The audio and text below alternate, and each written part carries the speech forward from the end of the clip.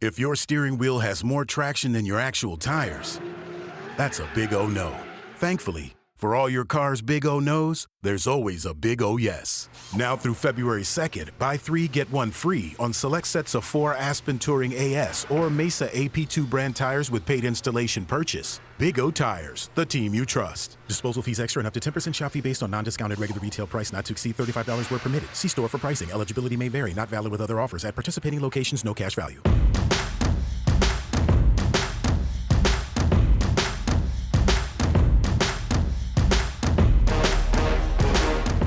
The craziest, in a good way, Chiefs playoff game was contested on Sunday, and we're here to talk about it. Herbie Teope, Sam McDowell, Vahe Gregorian, and Sam Mellinger joined me, Blair Kirchhoff, on Facebook Live after the Chiefs' 51-31 victory over the Houston Texans in the AFC Divisional Round game at Arrowhead Stadium. What made it crazy? The Chiefs trailed 24-0. It was an amazing rally behind Patrick Mahomes and the defense, and we cover it all here now on SportsBeat KC, the Stars Daily Sports podcast presented by Big O Tires. It's Monday, January 13th.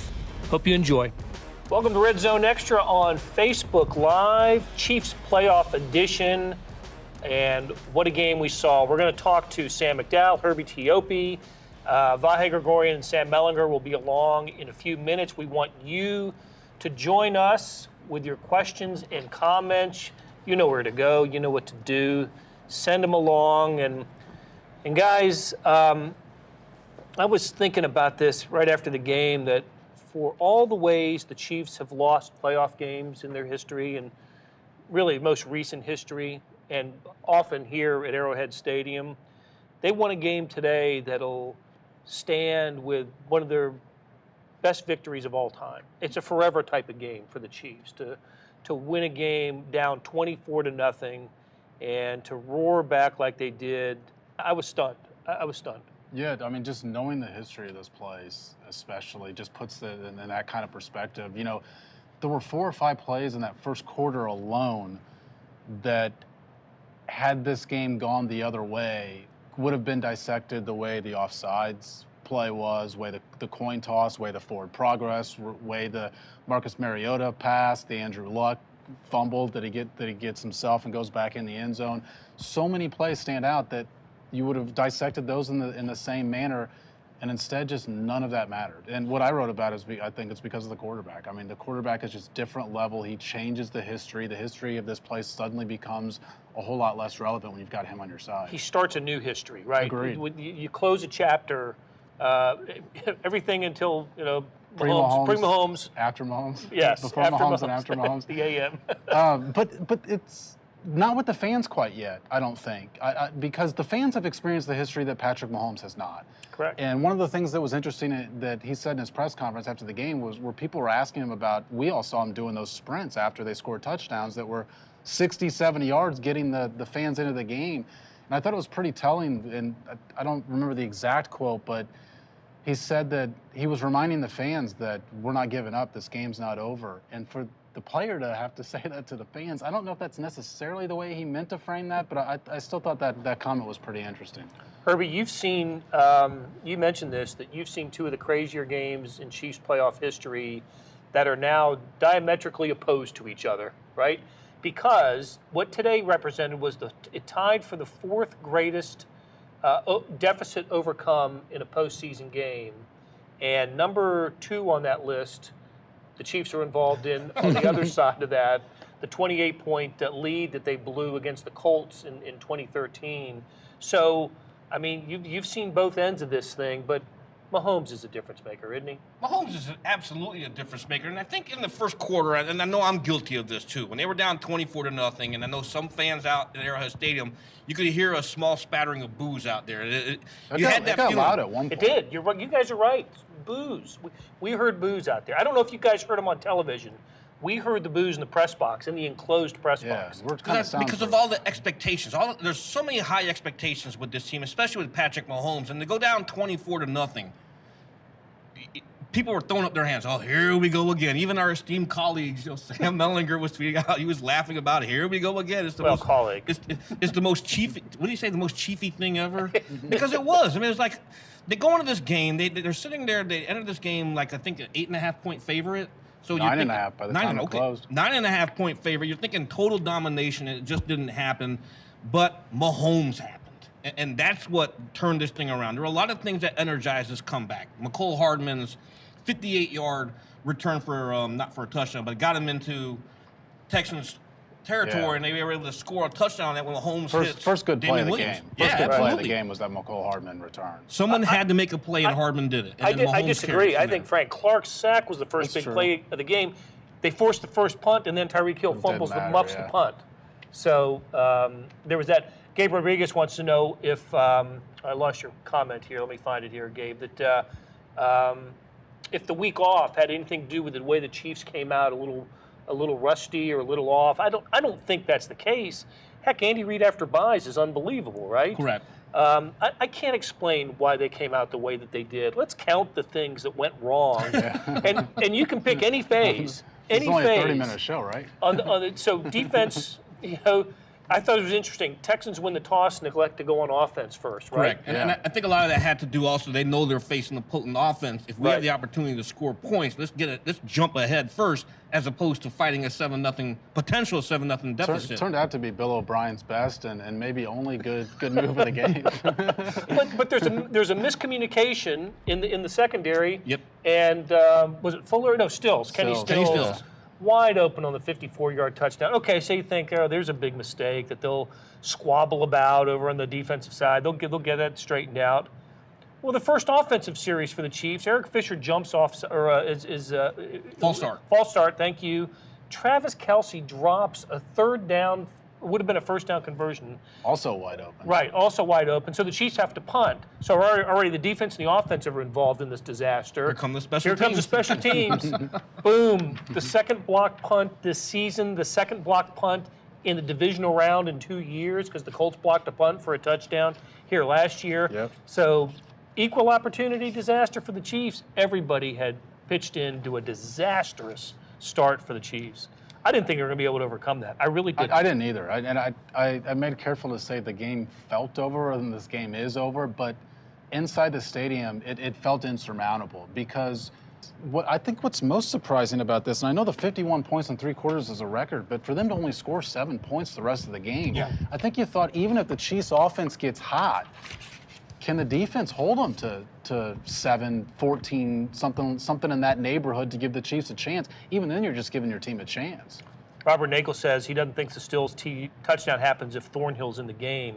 That was a That's a good point. Very good point, And Robert. we talked about that as well. I mean, that was a miscommunication. It looked like between Travarius Ward and who was this? Oh, and Sorensen was the safety. Sorensen, Yep. right. And boy, Sorensen in the game. I'm thinking, man, it could be a long day for the Chiefs. And yet he's a centerpiece of for sure.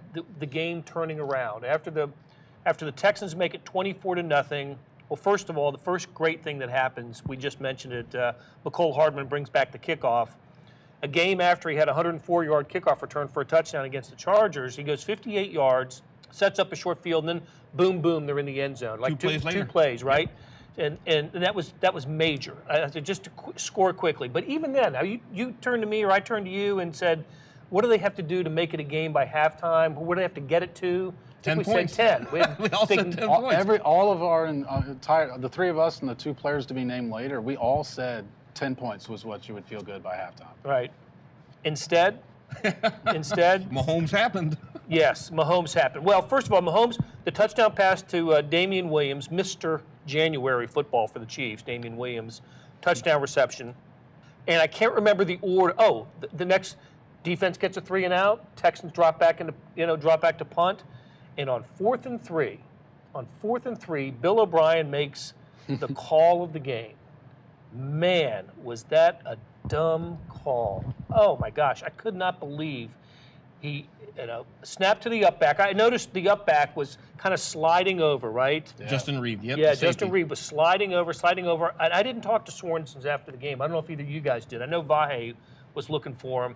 I don't know if Sorensen noticed that, but he snuffed it out, didn't he? And I just thought that was major to snuff that out. It was major snuff out because it absolutely turned the tide in the second quarter. But, here's something interesting.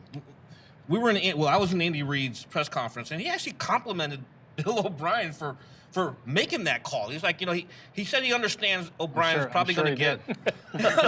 He says he understands that Bill O'Brien's probably going to get a lot of flack for that, which he probably is right now amongst the Houston Chronicle beat writers and the Texans beat writers. But he's like, as a head coach, he understood why he went for it there. Wow, what a disaster! I hated it. I thought it was one of the absolute worst coaching moves I've ever seen in a game I'm covering. And I mean, high school, college, NFL, I hated it. They had all the momentum of the game.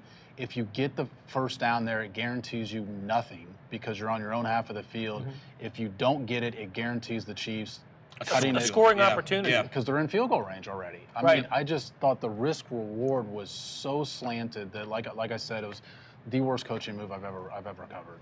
Boy, he was, and Bill O'Brien was grilled about it after the game. We didn't bring his quote sheet in here, but should have. Yeah, that is. There was some angry Houston media getting on him, and I think what they're doing is just reflecting the fans' mood, Texans fans' mood. They were hot. All legitimate though. I mean that play should be questioned because maybe the Chiefs have this comeback without it. But maybe they don't, because I felt like even though they had the one touchdown, like you guys mentioned, the McCole Hardman return was huge, and then they scored 2 plays later, it's 24-7. You're still down 3 scores, though. I can't figure that play out. I believe so the Chiefs take over, and I believe that's a series where the Chiefs get a pass interference, Kelce down the boundary, get the 28-yard penalty, and that sets up the first of 3 straight short touchdown passes to Travis Kelce. Okay, so 24-14. So now I'm thinking Chiefs get the ball to start the second half. Maybe they can make it a 1-score game early in the second half. But then the Chiefs kick off, and I think the most amusing play of the game, Sorensen again on the tackle, on the hit, jars the ball loose, and pops in the air, and Darwin Thompson on the special teams comes up with it. I don't know if he could walk into the end zone, but it's a clear path to the end zone for Darwin Thompson, except what does he do? The Heisman pose, baby. I'll tell you what I think I thought he believed. No, Darwin Thompson's a rookie. Correct. And probably hasn't been in that situation. I'm sure he wasn't in that situation this year for the Chiefs. I think he thought it was college. I think he thought once he got the fumble, the play was dead. Like a mucked punt even, you can't advance it. Can't advance it. Yeah. And you can see in the background Butker waving him, go, go, go. And anyway, it got to third down, but the Chiefs got the second of the 3 touchdown passes. And we are now joined by the guy who wrote about those plays. You guys can start now. It's all been rehearsal until now. The gentleman that Herbie called esteemed colleagues, Vahe Gregorian and Sam Mellinger. Oh, we met him too. What's up, guys? Sam too. You guys been doing a show? Yeah. We mostly have been kind of riffing on previous games and whatnot. Now, I think the point that we let off with, we'll return to it, is this was a game that may become the pivot point for Chiefs playoff history, or it's certainly there's been nothing like it in the merger era. And now, after all the misfortune that the Chiefs have had in their playoff history, they've got something that's just. Look, like it should surprise. No, he's got a mic, so we're good. Because I got this here is before yours. you. This would have been your spot. It should surprise nobody if Derrick Henry rushes for 207 yards next week and the Chiefs lose. Like that would not be a shocking development, right? But it sure as hell felt like something different happened today. You know what I mean? Like the team, like I don't even need to like. You guys have had a good day. I don't want to ruin it with like all the list of all the things that have we've done that. We've covered that ground.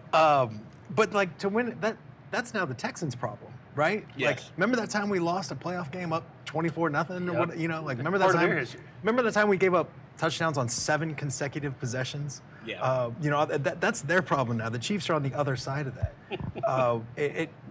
Again, like that's not relevant in like the actual football. like whether somebody catches a ball, all that stuff. But I don't know how the 70 whatever thousand people here can walk away and not feel that. I felt it.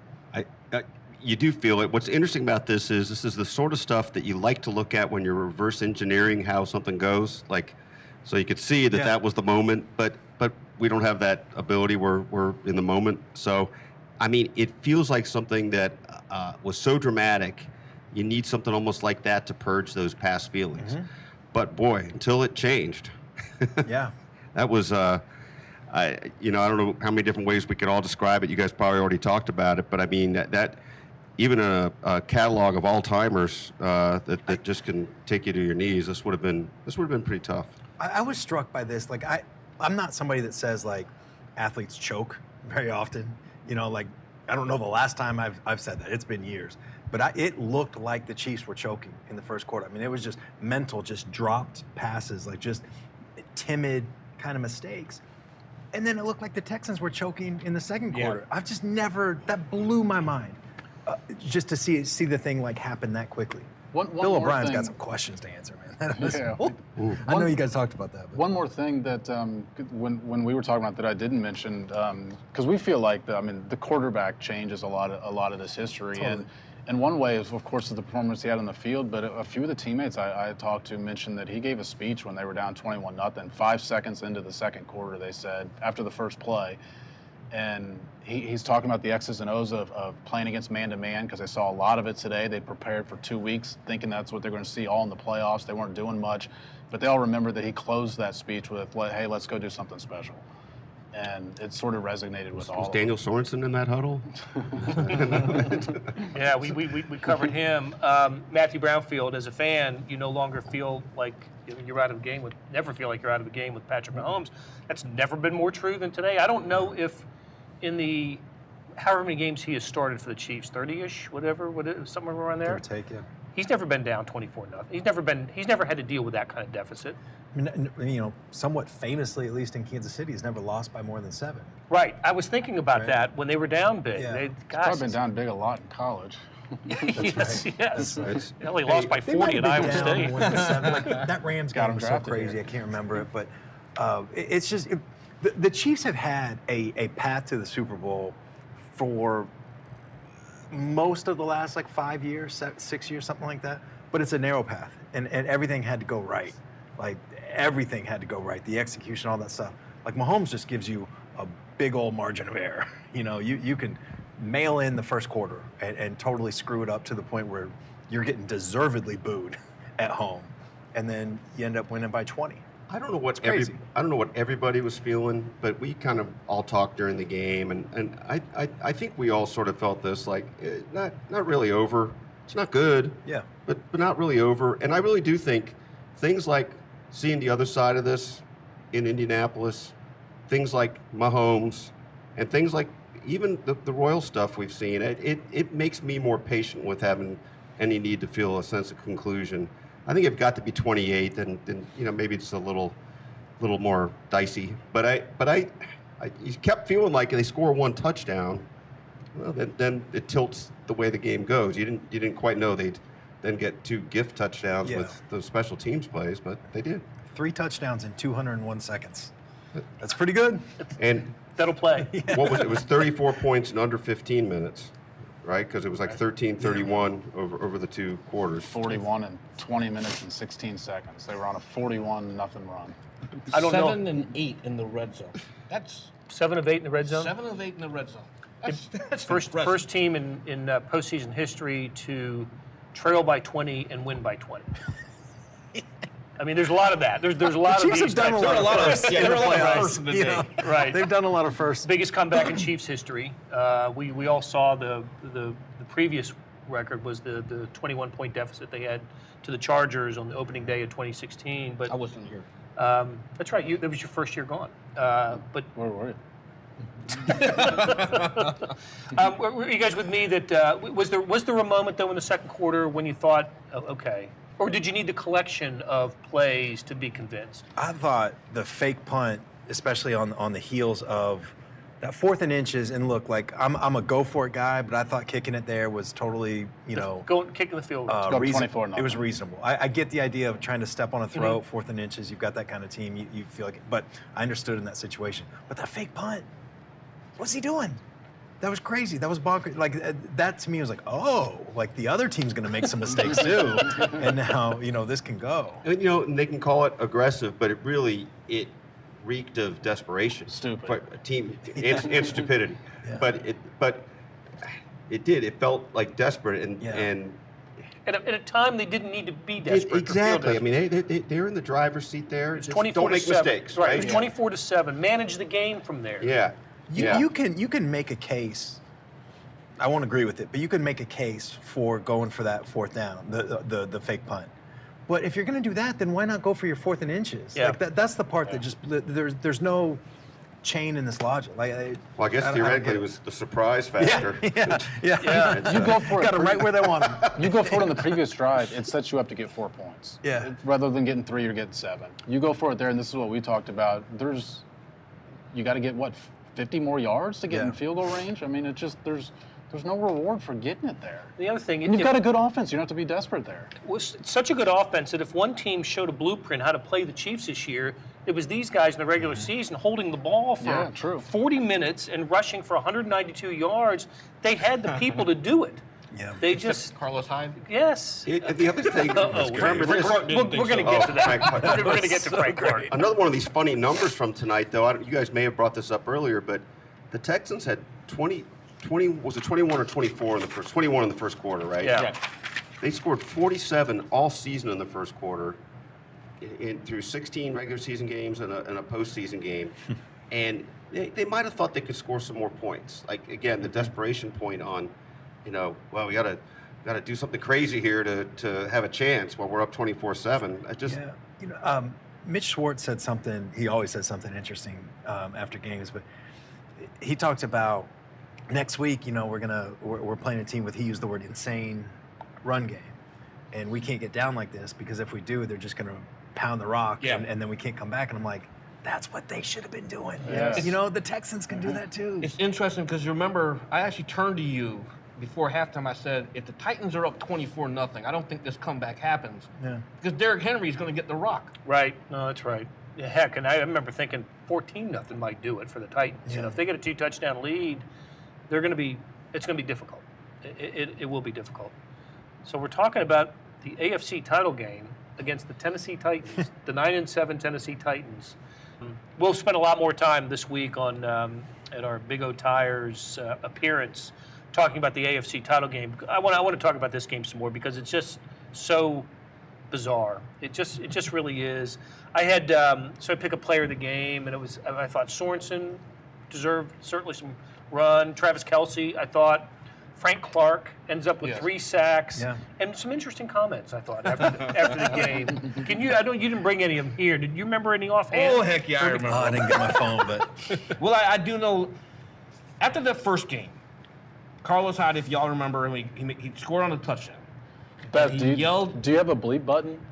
No, I'm not going to say what he said. But You need Carlos the Hyde, mic. Carlos Hyde looks into the camera after he scores a touchdown and says, "They can't effing stop us." Well, apparently Frank Clark and the defense kept receipts on that. After the game today, Clark was reveling in the fact that the Houston Texans are now going home. He even took to Twitter, sent me a postcard or something like that to one Arrowhead Drive. But he said something to the effect of, they were talking smack about us, and kind of like the Game of Thrones, the North remembers type deal. So I followed up and I was like, who was talking smack? And he turns to me and he says, y'all the media, Carlos Hyde.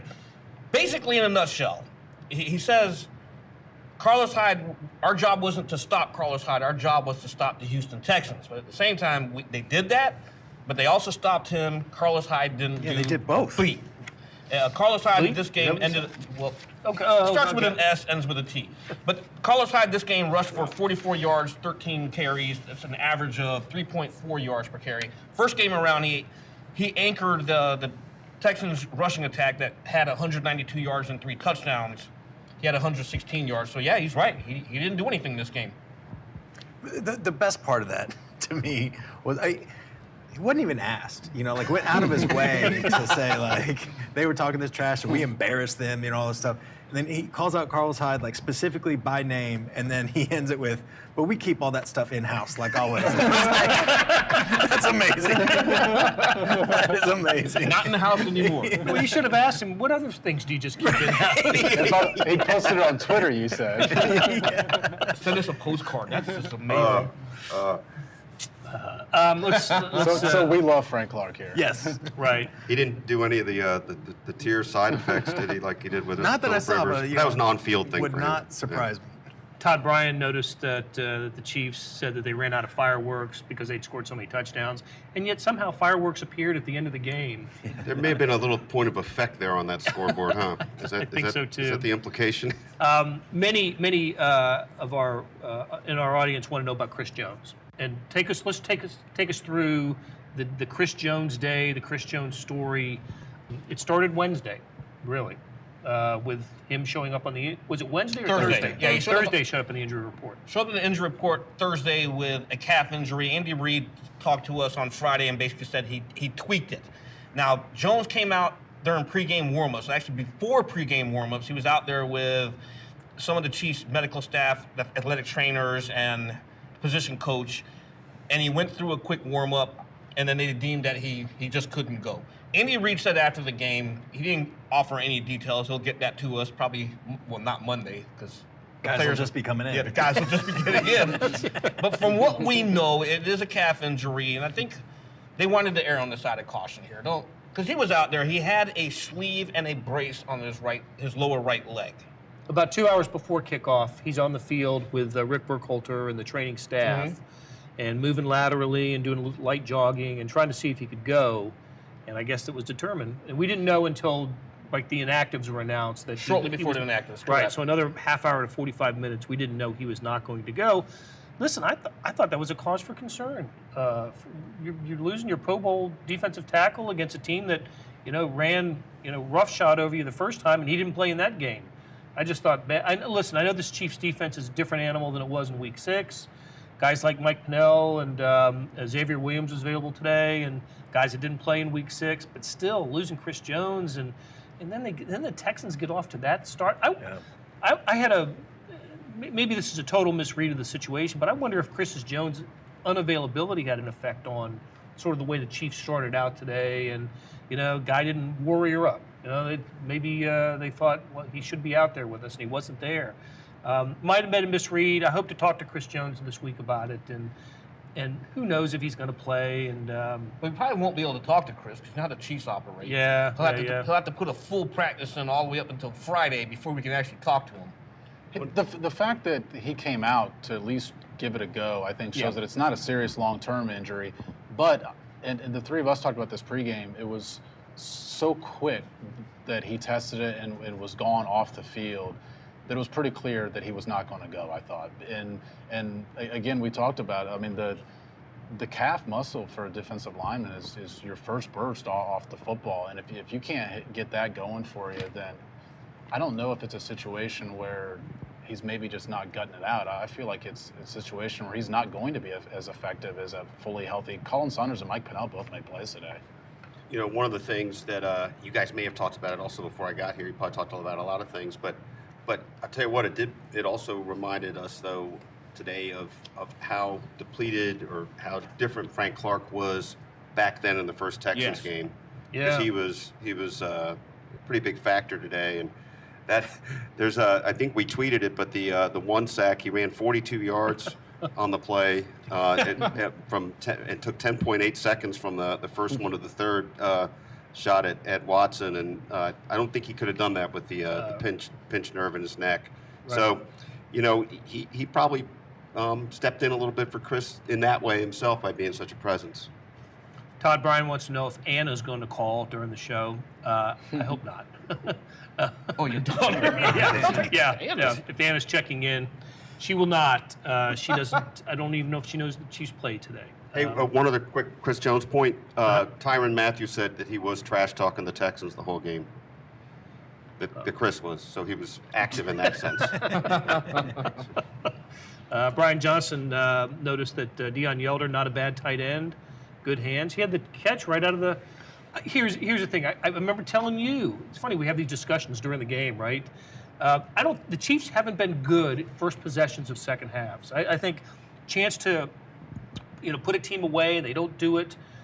They come out and the first play is a little RPO to Dion Yelder, who makes his third reception of the year. I just thought, okay, they're going to show us something here, and they took it down and scored. I thought that was important for the Chiefs to continue, what they had finished the first half with, open the second half with a score. Kelce out that drive. Yes, and Kelce out with the hamstring. Just right down the field with the touchdown. So not only did Yelder make that play, but Blake Bell touchdown. First. Indeed, his first career TD. I think NFL TD. Yeah, I think so. So all right, we got. We're going to start to wrap this up. You guys have been great. Got some good questions here. Like I said, we'll talk more about it on Thursday. But what's the first thing you think of when you consider the Titans? I think it's a scary matchup. I don't think this celebration that, hey, the Titans are coming in instead of playing the Ravens is warranted, because I think the Titans are a worrisome matchup for the Chiefs because of everything that we all know. Because of Derrick Henry, a guy who Chiefs fans should know extremely well by now. And I get it that the game's going to be here instead of at Baltimore, although the Chiefs went 7-1 on the road this year and went 5-3 in this building. So they're a 6 seed in number only, I think, because once Ryan Tannehill took over, that team's been completely different. 9-3, beat the Patriots, beat the Ravens on the road. I think they're a good team. I think they're a heck of a team. I think they're a heck of a team. I think they could be kryptonite for the Chiefs. But a thing to remember is, for all the other stuff going on with them, if there weren't, again, 2 special teams meltdowns at the end of that game, I think the Chiefs win that game. So, we'll see. But they're going to come in here feeling like they can beat anybody. They've beaten this team and ended the New England mystique in a certain way, and then beating a number 1 seed. I mean, they've got no reason to feel like they couldn't beat the Chiefs. The line's 7 points. I got the line already. It's 7.5 based on the book. The Chiefs will be favored. Dean Mann reminds us that the protection from Mahomes was great today. I thought it was. I thought the offensive line had a terrific game. And there was a little bit of a surprise there with the inactives. Andrew Wiley was inactive today. That caught me by surprise a little bit. Wisniewski can play. Yeah. Okay, Herbie, what do you think about the Titans? Here's what I think about the Titans. They're getting hot at the right time. History in the National Football League shows that if you're getting hot in December and you carry that into the playoffs, it suits you well. The Chiefs are also hot. But at the same time, Andy Reid, 1-8 against the Titans. That's a stat we're going to hear about a lot here. And the Titans are road warriors. These guys don't care if they're not favored. They were 4.5-point dogs going into New England. They were 10-point dogs going into Baltimore, and they won those games with a physical style of offense. And Derrick Henry, what can you say about that guy? He's a linebacker at running back is what he is. We wanted to, supposedly, most coaches wanted to move him to linebacker, Nick Saban said. Yeah, I saw that on the pregame. Yeah, on the pregame yesterday, so I thought that was interesting. You can see why. Yeah. Makes sense. Yeah. That's right. It's not an irrational move like, Texas trying to move Mahomes to safety, which is a real thing that happened. So what I remember about the game is the Chiefs went up 29-20 early in the fourth quarter on the acrobatic touchdown pass to McCole Hardman. And usually Chiefs 9 or 10 2-score lead in the fourth quarter, you kind of feel good about where they're going to, how that game's going to end. Not so much. They both won that game and absolutely blew the game. They were the better team, I felt like, just, watching it is the special teams screw-ups that you mentioned. The defense went completely limp on that last drive. They had a 3rd and, 8 or 12, something like that. That Tannehill broke and just make a tackle. I think it was Rashad Fenton and Tyrann Mathieu. I think they both had a chance and just kind of olayed, and Tannehill converted that. So, I mean, they are a good team. And I'm interested in what Spags does defensively. I mean, Spags is like, other than the quarterback, who's always different, like he may have had the biggest impact on this team this season of any human, of any employee. And he's got a really interesting decision, I think. Like, do you go all out to stop, this Jim Brown impersonation? I think I saw he's the first player in league history with 3 straight games. 180. 180. So do you do that, or do you let him get his 190 or whatever it is and stop? Because when they scored those first 2 touchdowns last night, that was Tannehill going over the top on, play action. That's where he's really dangerous. It's an interesting decision that they're going to have on defense. Keith Scally, hope I'm pronouncing that right, says stack the box and make Tannehill beat you. Yeah, I mean. Well, the crazy thing is that kind of worked against the Ravens last night. There were a couple times when the game was playing, I started counting. How many people were in the box? Yeah. There were a couple instances, there were 9 defenders in the box. That's why the play action is so effective. Ryan Tannehill had the best rate in the NFL on play action. It's because everybody bites whenever you've got Derrick Henry there. And he was, I get it. You don't want Derrick. You've got those flashbacks and all that stuff, but that's when they're killing you on the big plays. Like last night, Henry had the one 62, right, or the something second like that. half, right? But third quarter. It's mostly shorter runs, and I just wonder if the strategy might be just let him have his. Well, we won't give up the 60, but give up some yards, but just stop the big plays over the top. I wonder. The one thing that sticks out about Derrick Henry, and I actually talked to Reggie Ragland tonight in the locker room, and he, of course, played with Derrick Henry in college. Yeah. He's deceptively fast. People think because of his size that he's this big bruising running back, and he is that. But he's also got breakaway speed, and that's what makes him such a dangerous guy. So you've got to be careful on putting all those guys in the box because he can beat you outside, too.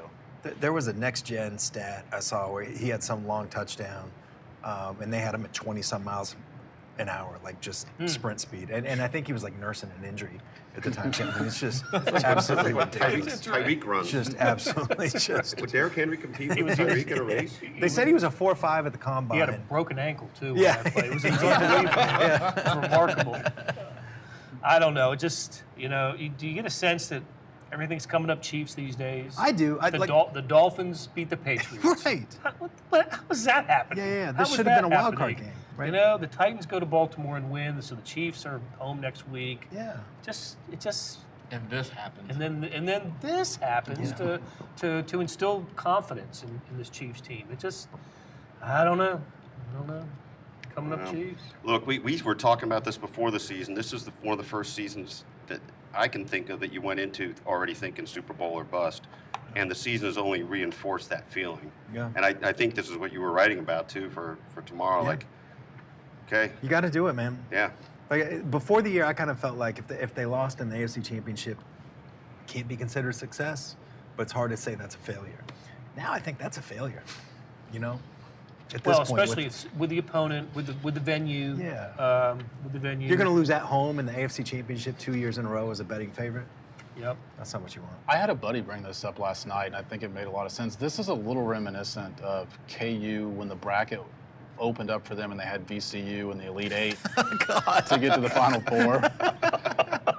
And I think the Titans have a little bit. Or what about Oregon at Sprint Center? A little bit of shock of smart in them. Is that what I think they've got a little bit of. You got to be careful for this team. Wasn't that an Elite Eight game at the Sprint Center against Oregon? Oregon, yeah. The Oregon game The was. Jayhawks At least had- Oregon was like a 3 or 4 seed, though. Right. Yeah, that's true. Well, I'll tell you the way I look at it is Half of our viewers love that analogy, and half of them probably absolutely despise it. I think the way I'm feeling now is the Packers ended up winning. Correct? Did the Packers end up beating the? I didn't see. Let me get the final here.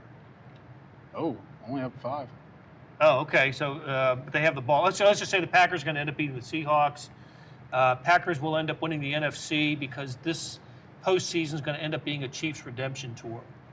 They'll beat the Texans. They're going to beat the Titans. They'll beat the Packers in the Super Bowl. They'll beat the three of the teams that beat them this season. And the big redemption of Super Bowl I. Super Bowl I. That's the big one. That's the one. I don't know if the Packers can beat the 49ers. That's a big one. We'll see. We'll have to see. Okay, let's get out of here, guys. It's late. Beth wants to go home, and so do these guys. But we are going to be back on Thursday at Big O Tires, somewhere in the metro area. We don't know where yet. We've got a pretty good idea where this is. What part of town this is going to be. Overland Park. Yeah, it might be south. It might be south. Thanks for joining us tonight. Hey, give us. People tell me, give us a like or hit that little green or the little blue thumbs up button at the bottom, and let us know that you like this. Share it, and we'd appreciate that. So, for Sam McDowell, Vahe Gregorian, Herbie T.O.P., Sam Mellinger, and Beth Welsh, good night, and we'll talk to you again soon. Hey, it's Blair. Hey, we have a special subscription offer for SportsBeat KC listeners, unlimited digital access to the Kansas City Star's award-winning sports coverage. Sign up now for 1 year of Sports Pass for access to all the sports news, features, and columns we have to offer. And it's only $30. That's a 40% savings off our regular rate. For your convenience, your subscription will automatically renew after the initial term at $50 unless you tell us to cancel. A lot of subscription services won't tell you that. They'll just sneak it on there. We just told you. Your subscription helps support the sports coverage of kansascity.com and the Kansas City Star. Please visit kansascity.com/SportsBeatKC offer to get this special offer. And as always, thanks for listening. That will do it for today's SportsBeat KC. Thanks to Beth Welsh for producing the Facebook Live and to Derek Donovan and Randy Mason for producing the podcast. We'll be back on Tuesday with another episode, and we'll be talking Chiefs-Titans in the AFC Championship Game all week. I hope you'll join us.